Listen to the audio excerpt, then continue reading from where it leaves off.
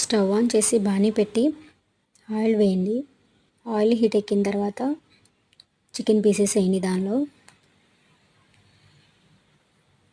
ఒకసారి గరిటెతో టర్న్ చేయండి అటు ఇటు. చికెన్ లవర్స్ చాలామంది ఉంటారండి. చికెన్ చాలామందికి ఇష్టం.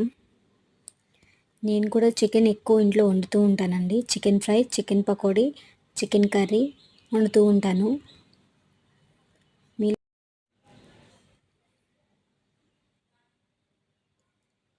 ఆయిల్ అంతా ఇంకిపోయిన తర్వాత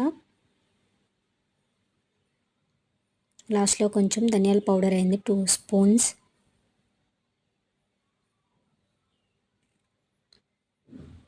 ఫైనల్గా కొత్తిమీర టచ్ ఇవ్వండి.